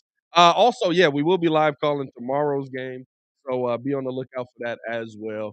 We'll be recording views tonight. If you have not done so, hop into the Patreon. We're gonna have the you can get all that exclusive content for only $2 right now. Hop on the Patreon. We're gonna be recording views today, and that'll be out tomorrow. And then what else we got coming? I got so much stuff that Wednesday's my long day for work. We got Locked On Bulls today. I got Locked On NBA today. We got this show. I'm gonna be dropping a video on this channel with the Sahara Desert behind me. Don't worry about it. It do look a little more Sahara with like the light. Look like sand dunes in this one. Like it's just a bad green screen. But yeah, man, check out all the content that we got coming y'all way, man. As always, we'll be back on. I'll be back on the other side. Here's a clip from the latest episode of Views, talking about CP3. I'm sure some of y'all have seen it. Don't worry about it, man. I'll get more clips as more episodes come out. Don't worry about it. Hey, we'll be back on the other side. The CP slander comes in to me when people hold him in too high regard just for numbers. What's too high regard? People put him above a lot of point guards that have had a lot of success in the NBA because of his numbers. People put him above Isaiah Thomas. He's not above Isaiah Thomas for me in any means of the stretch. In any stretch of the imagination. I could make a case that he's better than Isaiah Thomas. I mean, is he more successful than Isaiah Thomas? Depends like at the end of the day, for me, at the end of the day, championship-wise, no. Everything else, Chris Paul beats Isaiah. But it's again, this is why I don't compare eras. Maybe scoring? No, this is why probably not even that. This is why I don't compare eras, right? Because we know for a fact that when Isaiah wasn't hooping on the Pistons, Isaiah played basketball completely different. So you probably never really got to see Isaiah cook the way he could because you got to play a system. Well, I'm not finna. Okay, let's look at this. 12-time All-Star. Okay, cool. All-Star his entire career, basically. 2-time NBA champ. We know that. Finals MVP. We know that. If Chris Paul had won, he'd be a Finals MVP. On one leg. I don't know. I don't know about that one. Book was cooking that mud too. Book did sell it though. I didn't tell you that right. Book sold. Big sold. 5-time All-NBA, 2-time All-Star MVP, and 1-time assist champ. The only thing that stands out to me realistically is the Finals MVP and 2-time NBA champion. Now, I'm not trying to make light of that. It would stand out. I'm not trying to make light of that. That's ultimately why we play, or why they play. Right? It's ultimately why we watch them play, to see who's going to win the championship. That's the ultimate goal for any NBA player, to win a championship. Now, if you want to sit there and consider his entire body of work, I mean, six-time steal champ, 4-time assist champ, 11-time All MVP, Rookie of the Year, 9-time All Defensive. 12-time All-Star is where he also has an All-Star MVP, and he's also part of the NBA top 75 players have ever played, just like Isaiah Thomas. The only thing that's missing for him is a championship and a Finals MVP. But outside of that, he's accomplished more, and he was accomplishing more than Isaiah Thomas. I don't know, dog. Isaiah Thomas is the only point guard like that we've ever seen win. Leading a team? Yeah, okay. Let's no, because Magic led a team. He's Magic not led. He's a Magic is point guard. Magic is 6'10".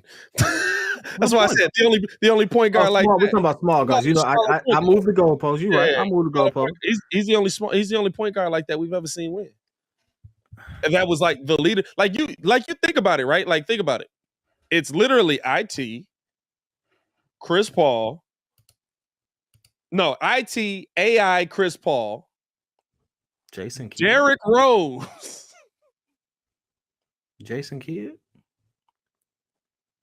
J Kidd had Vince. But yeah, I guess J Kidd kind of went to the finals twice before he got to the Dallas. Yeah, with Vince though. J Kidd had Vince with him. And I mean, Vince you can't. No. We can't do that one. Now, that we can't do because Isaiah didn't have it. J Kidd was the leader of that. I would say so. I'm just talking about the leader of the team being like. I would say so because I was the leader over Vince. I would say so.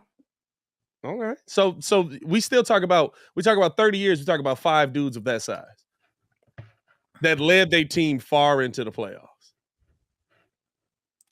Like there's not many, and then after that, you start to see them dudes come in. I'm not because this is gonna sound stupid. Some old heads gonna be like, he don't know what he's talking about. I just want to word it correctly.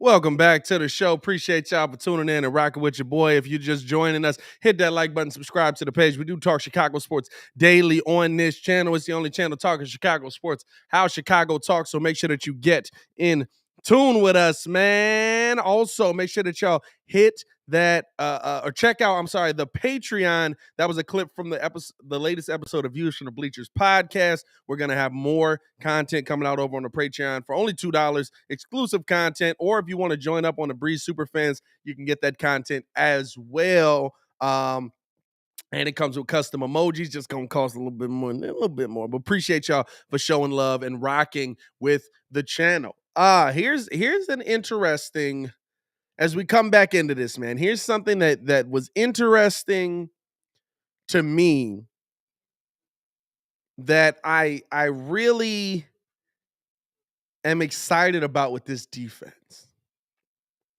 And here's the question on the table for me.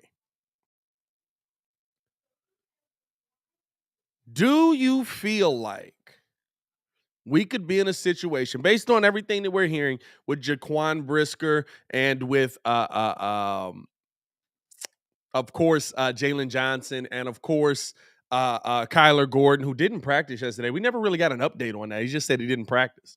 But are we heading into a situation at the safety position where Eddie Jackson has the help that he needs and can turn himself back into the ball-hawking safety that he felt like he was worth being paid as? And that Ryan Pace felt like he was worth being paid as? Because I feel like there's a combination of Eddie Jackson and Jaquan Brisker. If Jaquan Brisker can actually play that strong side safety, and Eddie Jackson can be the ball hawk that he was, when we talk about this defense completely different. Because, right, Eddie gets paid the highest. We get rid of Adrian Amos. All of a sudden, Eddie falls off the face of the earth because there was never that guy next to him that you felt good about. I love what Eddie can bring. And here's another reason, right, when we talk about the defense, another reason why I say I had my concerns about Robert Quinn not being here. It all starts up front. It all starts up front, right? If there's no pressure up front. Now you're asking Eddie Jackson, Jaquan Brisker, Jalen Johnson to do a lot of work. But I am excited. The one part of this team, and everybody dropped the part of this team that you're most excited to see. Of course, I'm excited to see Justin Fields. Of course, I'm excited to see Darnell Mooney. But I'm excited to see if we finally got a safety tandem that's going to be here for a while that actually is worth something. Remember the Eddie Jackson, HaHa Clinton Dix combination? Jesus Christ. I think HaHa made one pick that whole year.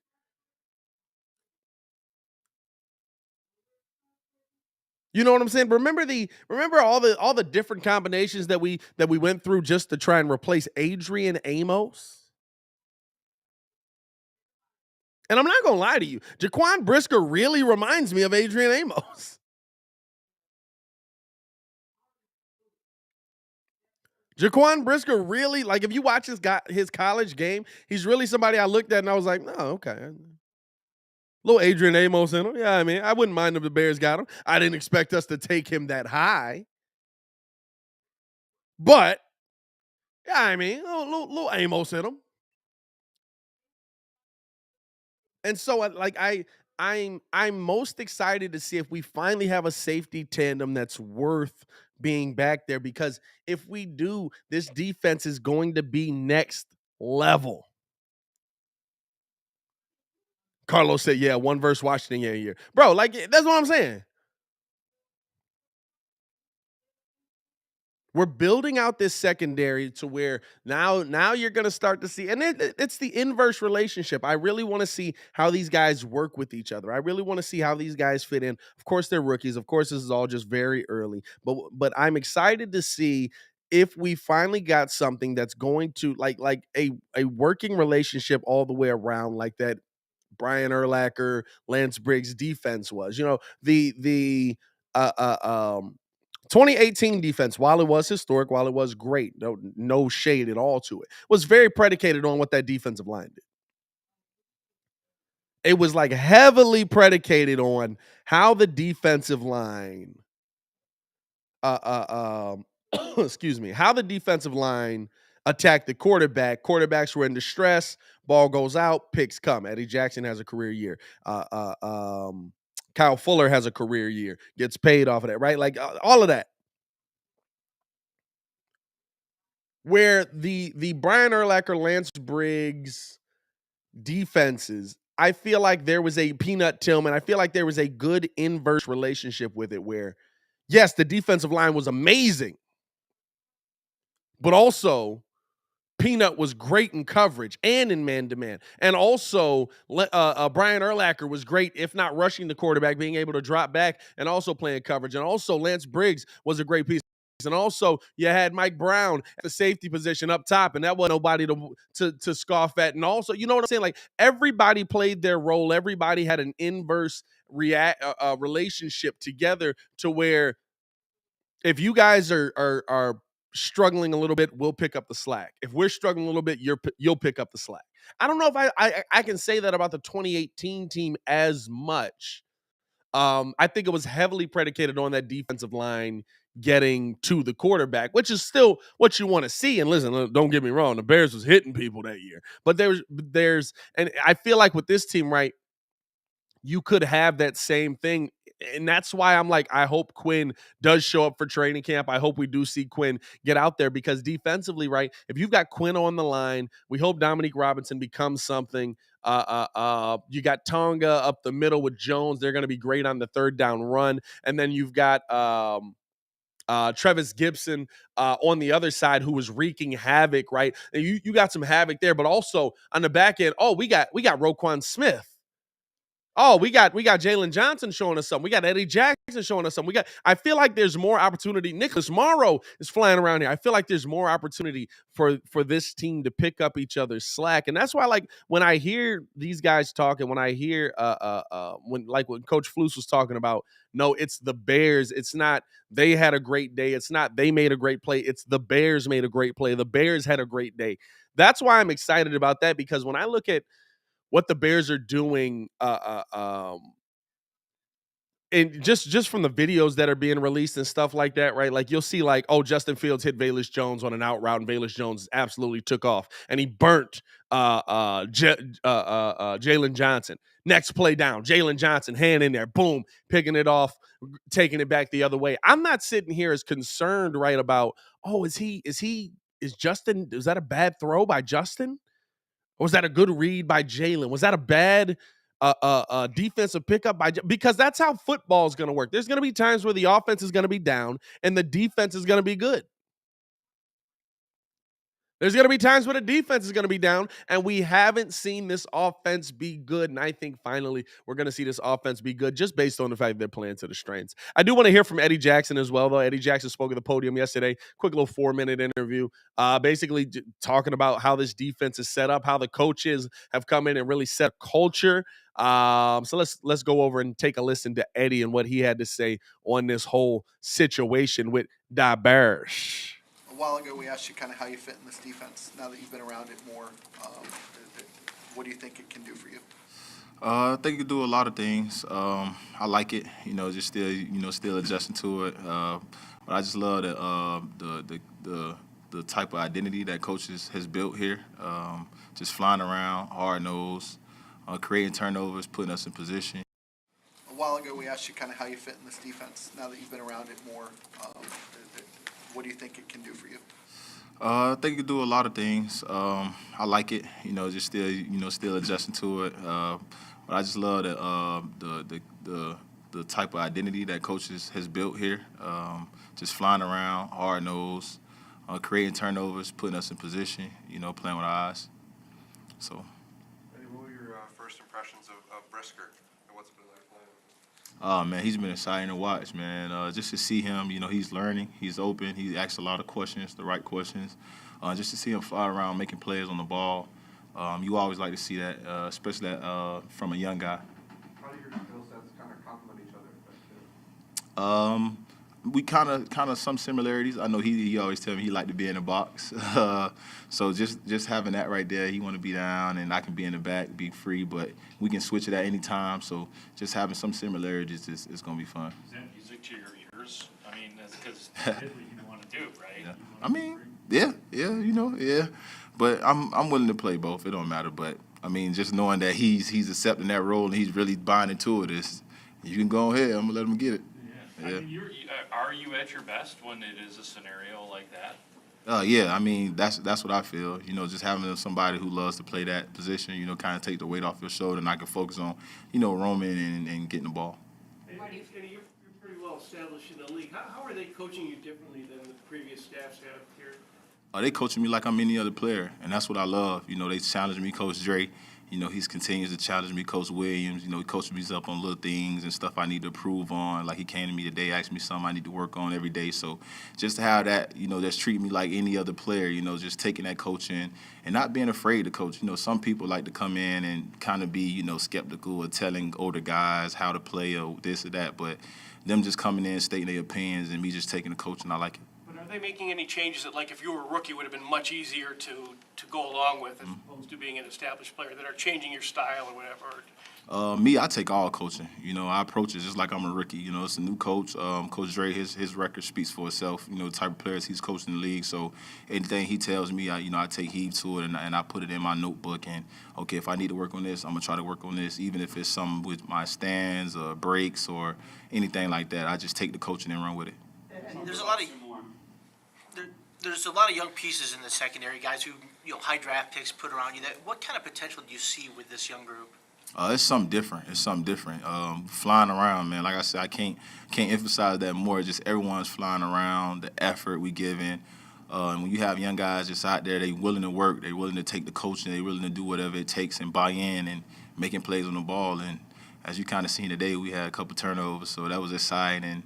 And just that having that swag, having fun, that's like the best thing that I like about the young secondary we have right now. With a new staff here, are you surprised Robert Quinn is not here? Not really. It's Rob, so he's been in the league for a while, and I'm pretty sure he has his reasons, and we just waiting on him to come back. We know he's gonna come back and tip top. Last one. Andre was telling us you brought some things to him saying, hey, these are the things I want to work on. Can you share what Say that again, I'm sorry, I can't hear you. Andre was telling us that when you guys first met, you brought some things to him saying, hey, these are the things I want to work on. These are the things I want to get better at. Can you share what one or two of those things were? Yeah, one of them was like just point of attack on the ball. You know, it was just like little stuff like you really don't pay attention to, like when you coming out your break, like round and step, you know, just come out and your angle point, and that's something that we really be focused on a lot. That was Eddie Jackson, just breaking down some of the things. I love it. That's Rob. That's Rob. Don't even worry about that. He'll be here. Is it me or is Eddie Jackson getting more Southern? I'm not gonna lie to you, bro. I feel like Eddie Jackson, of course, he's always been taught like he was from the South and stuff like that, but I feel like he's getting a little bit more Southern out here. Like, I don't know, maybe that's just me. But no, I love that Eddie Jackson is taking the first step, seemingly, right, and nobody seems to be disputing the point that he's taken the first step of indoctrinating himself into this new system just by not only working with the coaching staff, but also and accepting the coaching, but also saying, okay, you show me how to do this. I want to get to the next step. I want to get to the next level. I want to be this next level of player. You show me how to do this. I love that.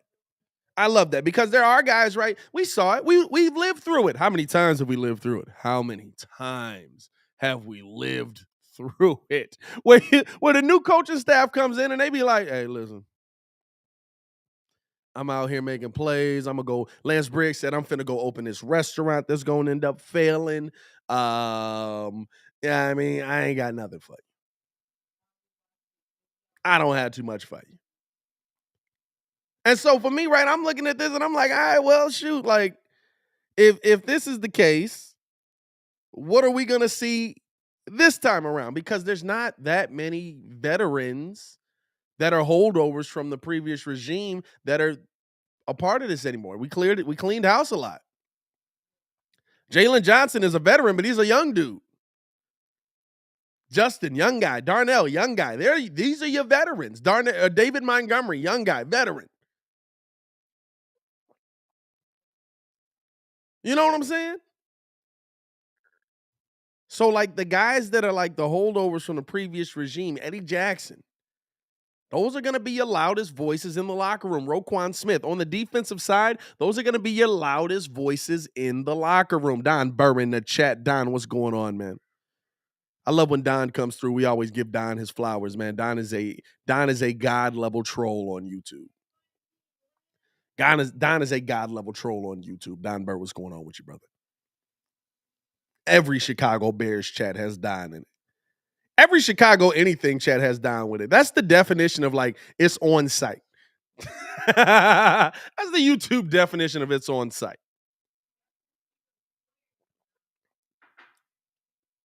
But I'm really excited about where this defense is going to go and the pieces that they brought in. And I understand, listen, I get it. We want the offense to work well, but listen, I'm a Bears fan. I still want the defense.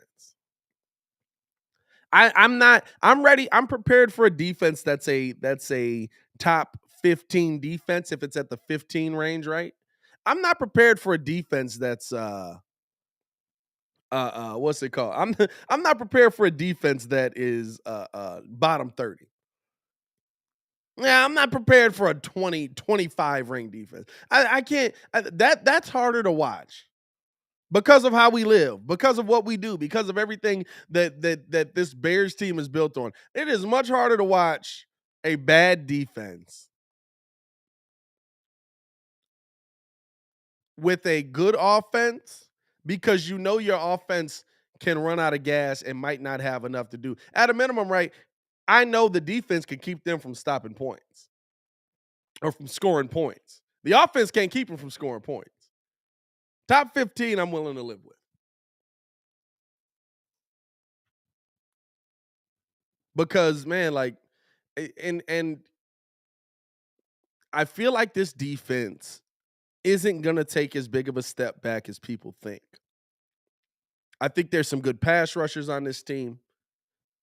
I think the schedule speaks to that as well. I don't think there's a lot of great offensive lines that we're playing, not going up against a ton of dominant wide receivers this year. In fact, the most dominant receiver in the NFL, we don't even have to play this year, which normally we were playing them twice a year. Pepe Silva. Yeah, that's it right there. That's it right there. Pretty much Mark Trestman era, potent offense, horrible defense. Yeah.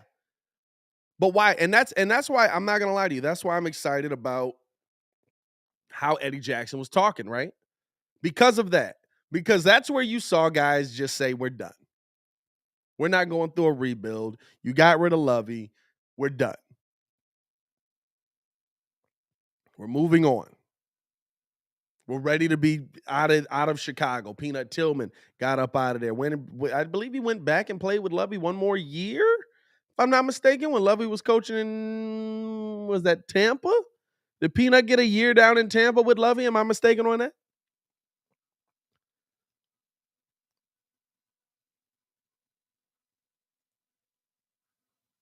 But it's good to see that these guys are coming into this. Hey, we're here to work.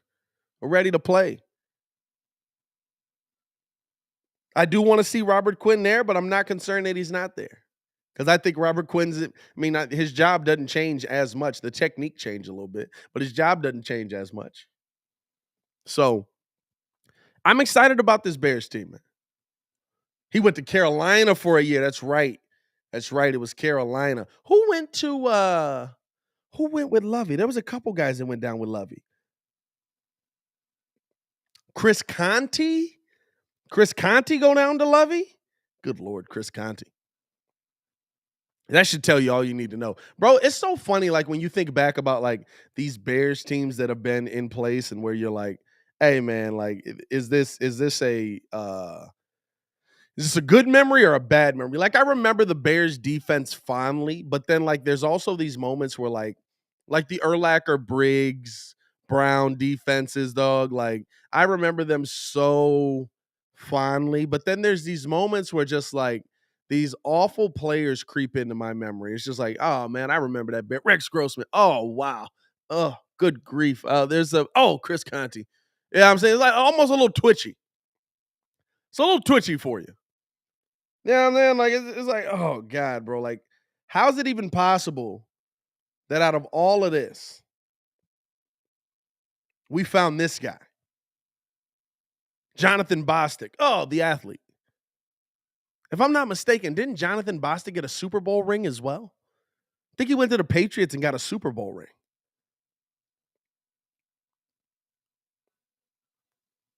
Very interesting. It's so funny when you think back on those teams, bro. Like, just thinking back on the past. I think me and Hayes just did an episode where we were talking about like most underrated Bulls all time. And it like took me down memory lane of these random guys that played for the Bulls. But got Jonathan Bostic still in the NFL? That I did not know. These random guys that played for the Bulls during like the Derrick Rose era that gave us really good contribution, but just didn't like they were never huge name guys. They just gave you really good contribution. And it was like we brought up all of a sudden in my mind popped up Aaron Brooks. Where the heck did Aaron Brooks come from? I had to Google and be like, did he actually play for us? Did he actually play for us? And then like I went and looked it up and I was like, not only did he play, he averaged like 11 points a game, gave great contribution to the team. Went back and found some games where like he was some of the reasons why we won. It was just so random. Or you go back and you just like those old teams, bro. Like sometimes those teams pop up where you're literally just like, bro, like I vaguely remember this. CJ Watson, bro. Like CJ Watson I remember more because CJ was what's his name's backup? That was Derek's backup. So I always remember him off of the bench mob. Steve-O, John Lucas, Marco Bellinelli. You know what I'm saying? Like, hey, and that was one of the underrated guys that we talked about, bro. Marco Bellinelli, bro. If you go back, you want as a Bulls fan, you want something that's gonna irritate your soul. Go back and look how Marco actually plays basketball. Go back and look at the kind of player that Marco Bellinelli was. You'll find something that will irritate your soul. He was the exact kind of two guard that we needed. And listen, I love Thibs. I love everything Thibs brought to the table. But Thibs absolutely misused Marco Bellinelli. Thibs absolutely, he just wanted him to be a spot up 3-point shooter. Like he was Kyle Korver. But when you watch Marco play, when like Derek wasn't there, he moved the ball great, played solid defense, could shoot the ball, could finish. Bro, like I went back and we were doing the underrated Bulls episode. I went back and I just wanted to watch it. And I was like, what is he? Is he really underrated or is he kind of rated equally? And like I was sitting there watching, I was just like, bro, he actually could play. And I had to watch him when like the Spurs were. I went and watched his game with the Spurs. The Spurs used him completely different. They're running him off of screens. They're getting him open looks. He's handling the ball. He's attacking off of the dribble. I'm like, what the heck is this? Where was this Marco Bellinelli when we needed him? And I feel like that was the case, bro. Now I'm on like this thing where like I go back and I'm like, maybe I shouldn't look at this. You know what it is too? You look at things from the mind that you have at the moment, but your brain doesn't update the more that you the older you get and the more knowledge you gain and the more that you learn about the game and different things. So like in 2009, 10, Bellinelli was there like 13, 14. I'm in high school. I'm creating horrible debates on the Bulls. Like, I don't know anything about the game of basketball other than like the main rules, right? Like, I play a little bit, but I'm not like diving into like how defensive schemes are set up yet. I'm not diving into how guys should be used coming off of the dribble. I'm not diving into the game of basketball. I'm just watching it as a fan on the surface level. And your brain doesn't update what you took in at that point. Right? So in my mind, I'm like, bro, Kyle Korver was terrible. Couldn't figure out how to play. Marco Bellinelli, yeah, he was okay. Couldn't figure out how to play with this team. Mike Dunleavy Jr., he was all right. Couldn't figure out how to play with this team. We legitimately had three guys. Let's not bring up Keith Bogans before I drop this AD video again. Who's above him? We had three guys that we never really used the right way. Like, as you go back and watch it as an adult, like you sit there and you're like, man, like Mike Dunleavy's not moving. He's just standing in the corner. Kyle Korver's, by the way, we used them all the same. Kyle Korver's not moving. He's just standing in the corner. Kyle Korver's got a spot. And then all of a sudden he goes to Atlanta, and guess what? He's not only the highest 3-point percentage in the NBA, he's also like breaking records left and right on most made in a single season or something like that. What did he end up with? Some weird record or in a month or something like that. He's coming off of screens. He's wide open. He's the focal point. He literally drops like 10 threes in a row. And it's like, oh my God, he left the Bulls and can play basketball again. But in my mind, in the kid mind that I had at the time, right, like it's like, oh man, like Kyle Korver couldn't play in the playoffs. No. Tom Thibodeau had no idea how to use a shooter.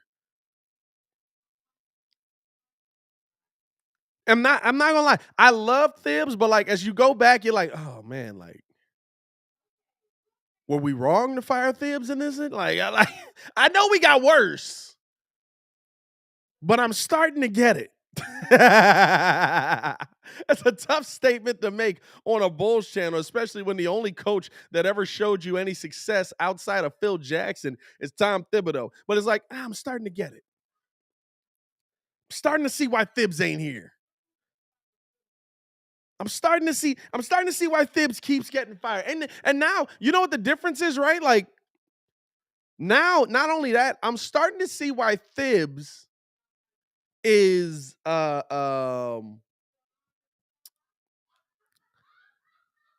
I'm starting to see now how Thibs is building all of his teams the wrong way.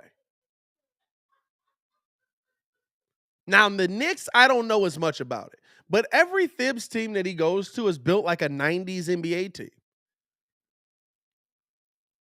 He refuses to have more than like 2 shooting guards on the team. Now, I don't think you got to go Chicago Bulls route here, where you got nothing but guards playing all the way.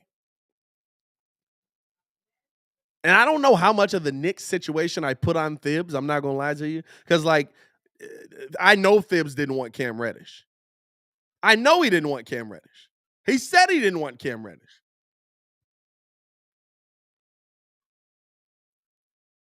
And the organization was like, well, you're getting Cam Reddish. But at the same time, dog, like, Cam Reddish is the kind of player you need. Give him a little tick, my boy. Yeah, I'm saying, like, it's so weird. Shay says he's starting Julius Randle handling the ball. Bro, he's trying to turn Julius Randle into Joakim Noah. Also, he's willing to run back any team that was similar to his team. Jeffrey Smith Thibs never plays as rookies. I'm not too mad at that. I'm not gonna lie to you. I think that builds a hierarchy. I've never been upset by that, right? And when Thibs had rookies, right, like they were second round picks. I don't think there's any years with Thibs where the Bulls were a bad basketball team.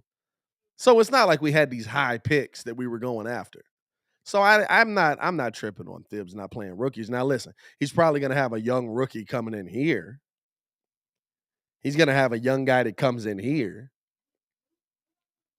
Jimmy Butler. What was Jimmy Butler? Jimmy Butler wasn't a high pick, was he? Where'd Jimmy Butler go? I know Jimmy Butler wasn't a high pick. I'm talking about like a pick that you have no choice but to play. Thibs was playing Rose, Jimmy, Luol, Gibson, and Cat. Come on, bro. Hey, bro, that's all. Hey, he's still trying to get this team a championship. He's still calling Luol. Yeah, 30th. Yeah, 30th. Yeah. I'll tell you this right now. If the 30th pick in the draft this season isn't starting, nobody's gonna lose their mind on it. Isn't playing, nobody's gonna lose their mind. You'll have some questions, but you're not losing your mind on the 30th pick. Right? He never really had a pick that was like top 15 that you had to put him out there because he was going to be able to play this season. And maybe with the Timberwolves though. I don't remember what all his records are. Y'all remember Omer Ashik? You talk about the Turkish hammer, brother? We remember Omer Ashik in this mug. No, that was for me, right? Like going back and re-looking at it with like the knowledge that I have now and how I assess basketball differently as an adult, like 10 years later. I still love the teams. I still love the fire. I still love the passion. But you just look at them like, oh, wait. No, I can see the holes in there. I can see the difference in there. Even right, like looking back at the Bears and looking where the team is now, like it's like, oh man, we went to the Super Bowl. And I always thought like the hole was just Rex Grossman. But then you start to look at like Lovey's missed calls. How Lovey got very what's it called? How Lovey would get very like if the Bears got a lead at all, he would just play bend but don't break.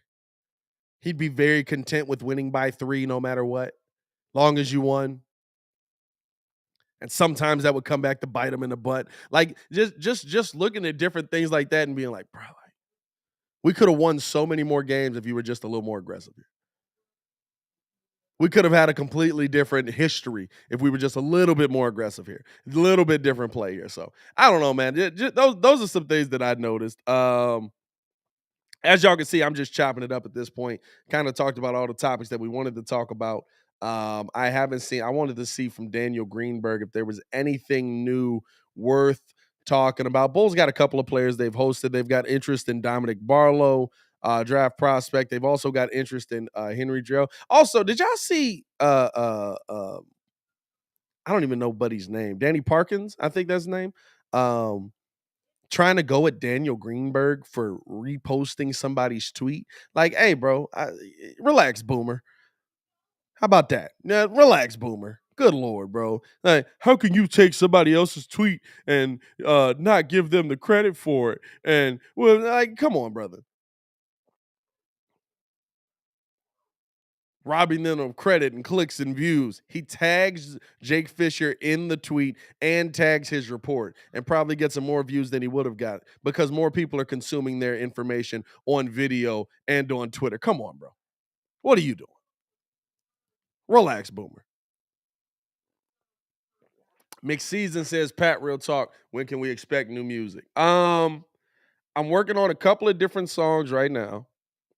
I've actually got a song I'm working on with Tana. Shout out to Tana in the chat. I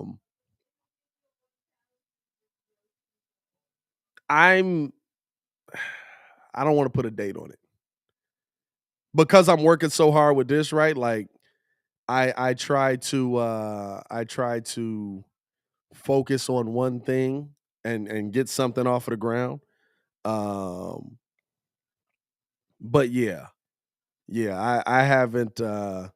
I got some new music coming. I do promise that, but I'm not gonna put a date on it yet. Also, I got to get Bando to mix up some of the songs we've already done. That's the other thing too. Bando's my main producer.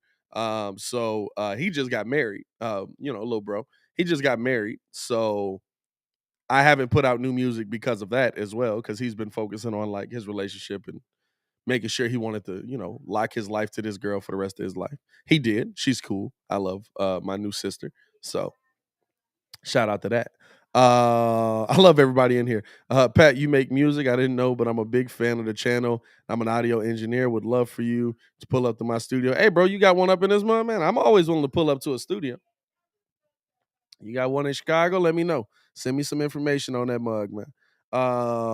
But I think that's about it for today, man. Gave y'all a couple of hours of good sports talking this mug. You know what I'm saying? I'm always there. You should upload them, Johns, to YouTube on a separate channel. I'm probably gonna upload them on my Pat the Designer channel, because that's where I post most of my just random stuff that I do. So I'm probably gonna upload them on my Pat the Designer channel. So I guess be on the lookout for that. But we got a few songs that we working on in the works. That's gonna be they gonna be fire. It's gonna be fun, man. I have fun with my music at this point. I'm not out here trying to be a rap god. Like I was when I was younger. I love making music. That's my first love. That's the first thing that I ever found joy from. I play like a million instruments, ton of different percussion instruments, piano, guitar, all that stuff. So, yeah, hey man, it's coming. Don't worry about it. As always, man, it's your boy Pat the Designer back at it again. Appreciate y'all for tuning in and rocking with us for another episode of The Daily Show. We will be back and in action live tomorrow from 11 to 1. So tune in with us on that as well. As always, man, y'all stay safe out there, Chicago. Appreciate all the love. Appreciate all the support. Hopefully I'll be back in the house tomorrow and in the real stew. Peace.